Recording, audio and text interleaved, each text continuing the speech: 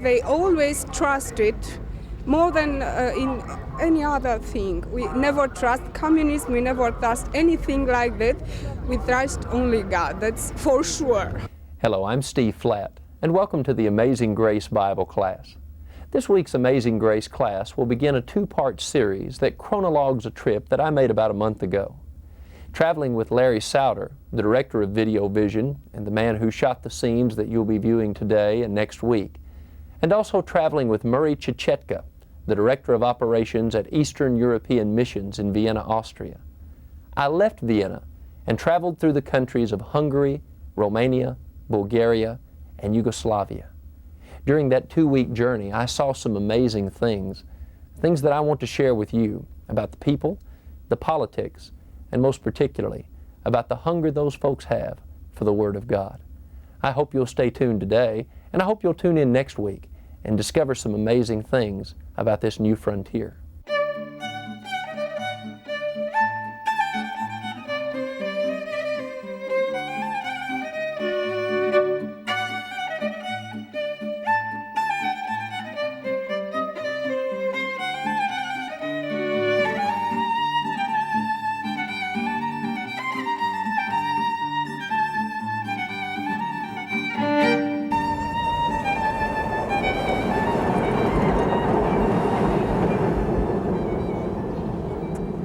The first stop on our journey is Budapest, the Queen of the Danube.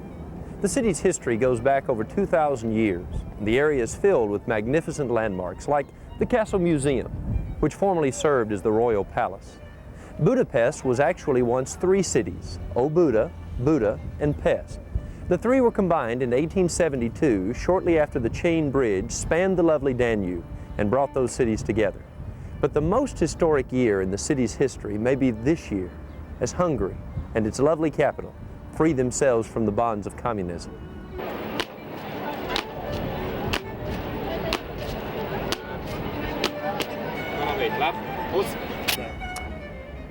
As we take a look at the beautiful Chain Bridge constructed in 1849, we're reminded of Budapest's rich cultural history. But as you can see, it's quickly adopting its share of Western ways.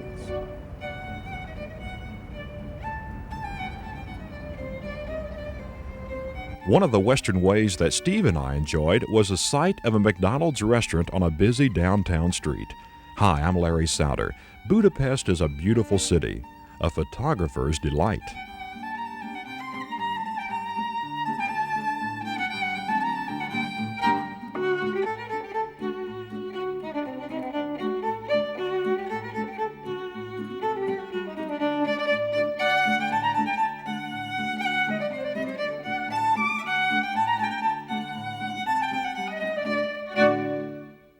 Hungary was a communist country that underwent a silent, nonviolent governmental change. Some citizens downplay the changes that occurred. I mean, we all know that I don't think it's been 2 months since the Communist Party is basically out of power, and there is a real move towards a capitalist, free market society. Actually, Hungary has really been sort of a forerunner of this and has been dabbling in the free market enterprise zones probably for better than 10 years. Some of the stores you may see here on Váci Street are actually what's called MUSEK, which is an acronym for Magány Szék, which means own proprietorship. So some of these stores have been privately owned for many years, but really you wouldn't know that, except 5 years ago, if you'd walk down the street, you'd know in a minute whether you're walking into a MUSEK or to a, quote, company store, because the attitude of the employees would reflect it. You know, when there's no profit motive, the shelves could be empty, and etc. So I think, for the most part, I think the Hungarians are ready to buckle down and do some business. Others feel that the political changes were dramatic and needed. Politically, it's entirely changed. Everything is completely different as it was before. But economically, sir, nothing moved. You see, all those barons, all those guys who are the head of the so-called cooperatives, they're still there and still terrorizing the man of the village. You see.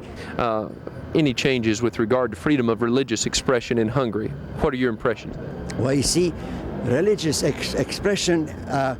When people finds out I'm a believer, they ask me, how come? How could you be a believer? It's impossible. If somebody seen you going to the church, they looked at you and they took your name down. That's why people wouldn't dare go into church. Hungary has a unique and rich cultural and religious heritage. Roman Catholicism dominated religious thinking for hundreds of years, but it was greatly suppressed by communism during its 4 decades of rule. Now that communism has subsided, only the older people still maintain strong ties to Catholicism. And what the younger people will do, or whether they will have any religious ties in the future, remains to be seen.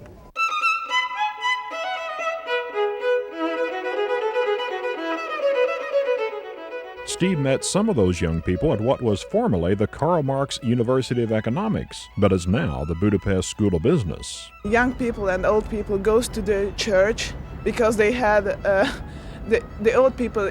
It's a tradition. For the young man, it's something to help us to live. Hungary isn't so religious country like Polish, Poland or America.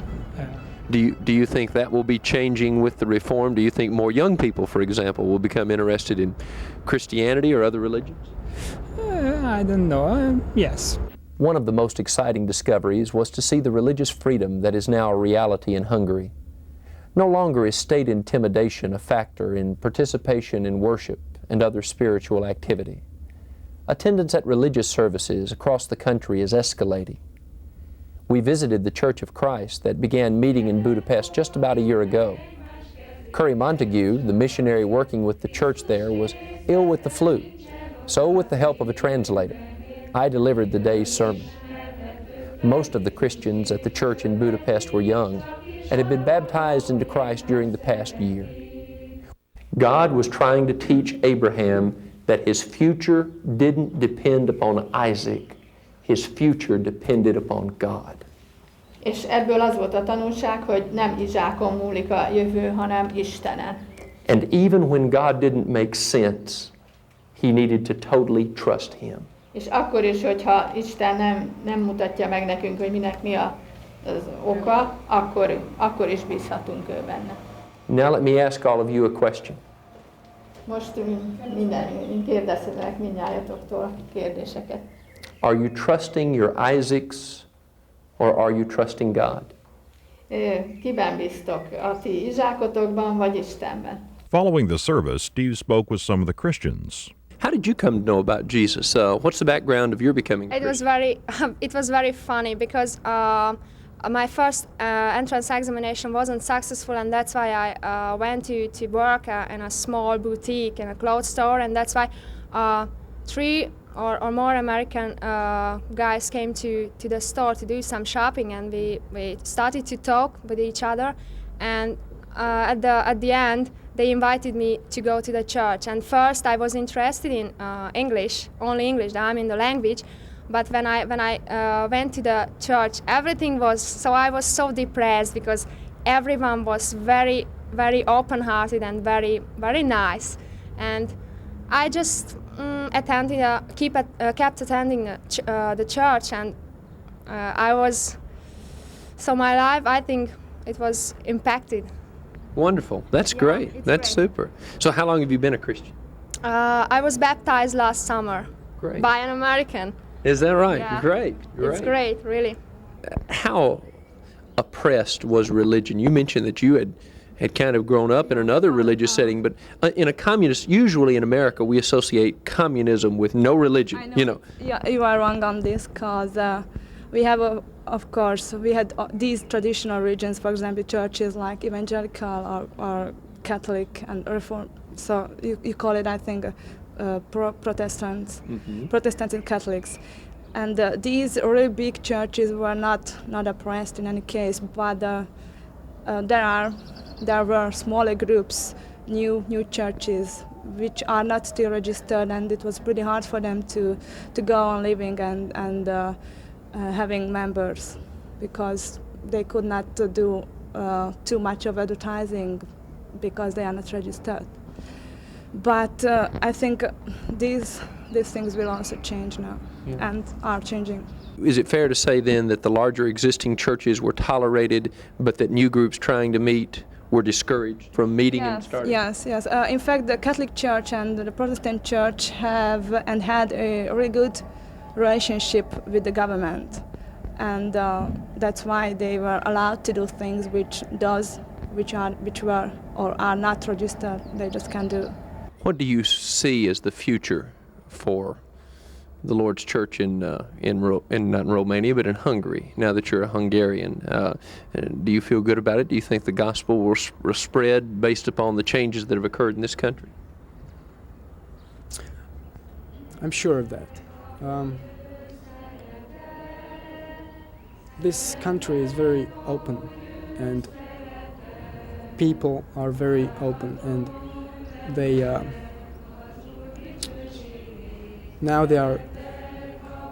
I think they are searching for something to believe in. Religion is in everybody's heart. If you let these people go to church, being a law-abiding and God-abiding citizens, you see, this will come back, and we will really feel as we are in a sort of a free country. Right. See, right. I hope so, and I firmly believe that this is going to be our future.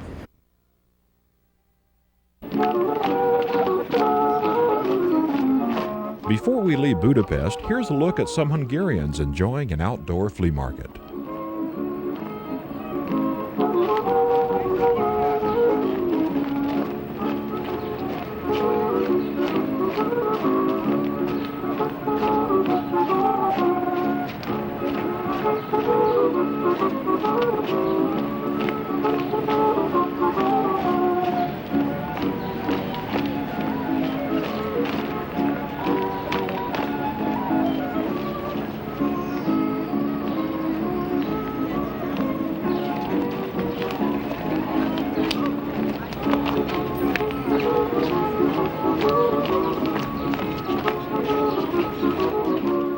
Among the natives in Budapest, we ran across an American who sold his home in the States and moved to Eastern Europe to help spread the gospel. For someone from West Texas, it is a most refreshing response to see people who really want to know more about religion and more about God and more about Christ, and who thrill at having their own Bible, and who really want to talk about these things. It's still at times difficult to believe the numbers of people that we can attract, even by walking into a square somewhere in the city and indicating that we have literature or Bibles or something. I'm still amazed at how that attracts people. I think the future for the church here in Hungary is almost beyond my imagination. I think our only limitations are those that we put on ourselves. If you could talk to American Christians via this tape, what would you tell them is most needed to advance the work in Eastern Europe? That they take very, very seriously the question of working together as one church, as one body in their approach to Eastern Europe, or well, everywhere, but I think especially so here in Eastern Europe right now, that there be some real coordination of all these wonderful efforts that are being made and are in the planning stage right now. The second thing, I think these things are going to be highly successful in interesting people in further studies of the Bible. But unless we have the people here to continue these studies, to do the follow-up, then we've really created you might say, a monster. We desperately need more people to take care of the follow-up. Some of them are going to have to be equipped in the language. Some of them can be people like my wife and I, who work more in a support role. But there are a great many people who speak English that we can work with. But in any case, I think those two things, a really serious effort at coordinating all of the efforts that are being made and are going to be made, and secondly, preparing people to do the follow-up. So the two P's, planning and people. Yes. Okay. Yes. Okay. Phil, I want to know your opinion on the use of television in Hungary to spread the gospel. What's your thinking on it? Yes, I think there would be definitely an interest in a sizable segment of the population here in Budapest in English programming. And I think this is evidenced by the interest they've already shown in the work that we've done here in the last year and a half. We've offered teaching English, using people who speak only English, and we've had a very good response to that. They respond well to English literature of any sort, the Bibles, and I just believe that anything we can present in English would be well received, including and maybe especially English language religious programming, because they're interested in both the English and religion, and I just can't believe it wouldn't be well received.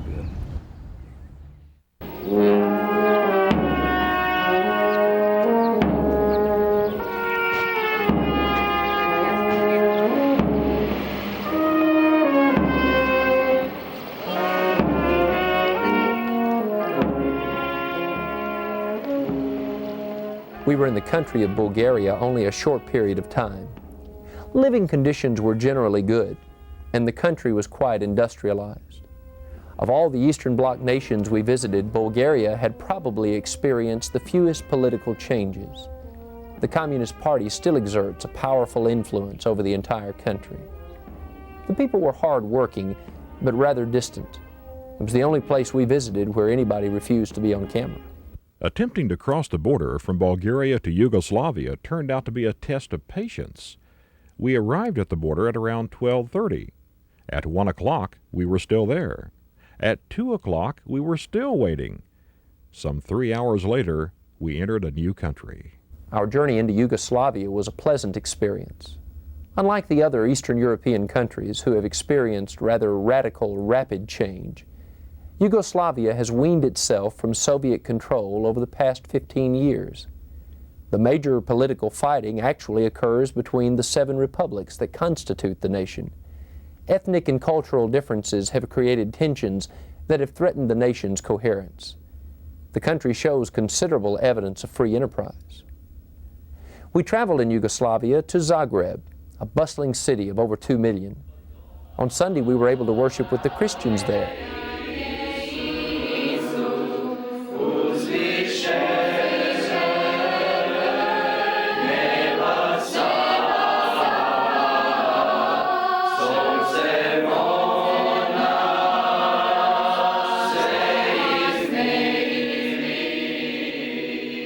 Like Budapest, this church is young, and so are most of its members. They were excited about Jesus and being part of the fellowship of His church.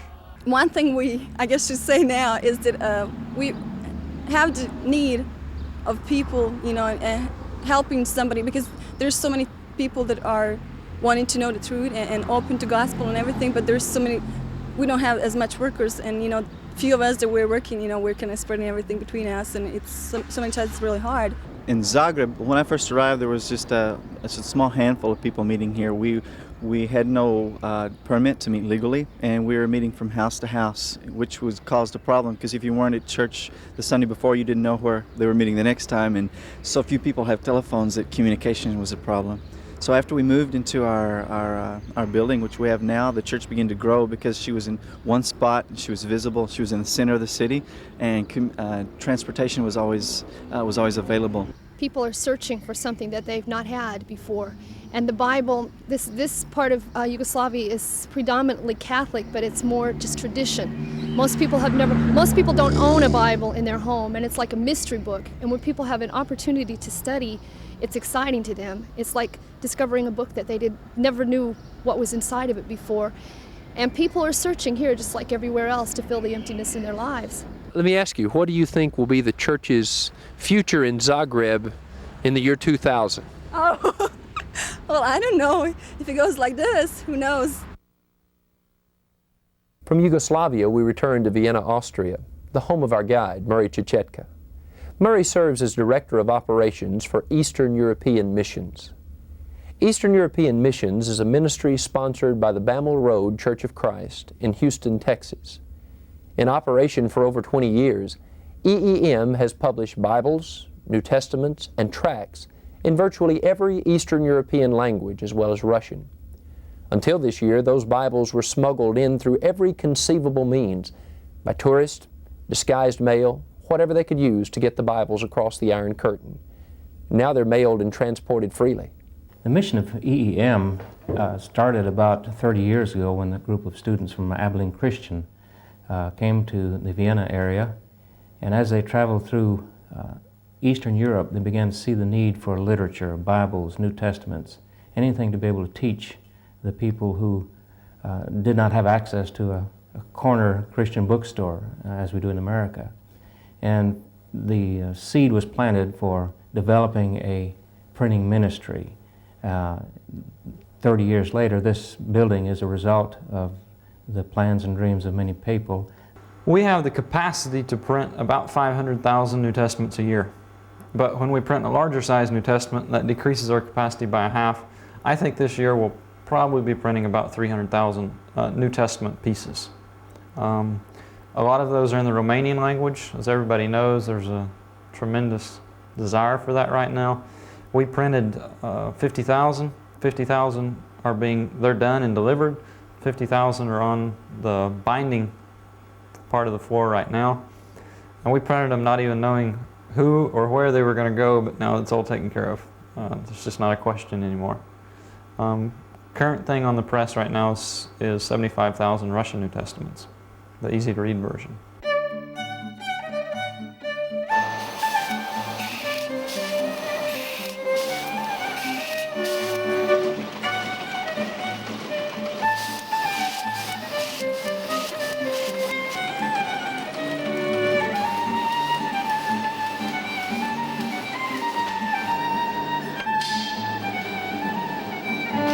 This year, Eastern European Missions will print approximately 1.5 million Bibles.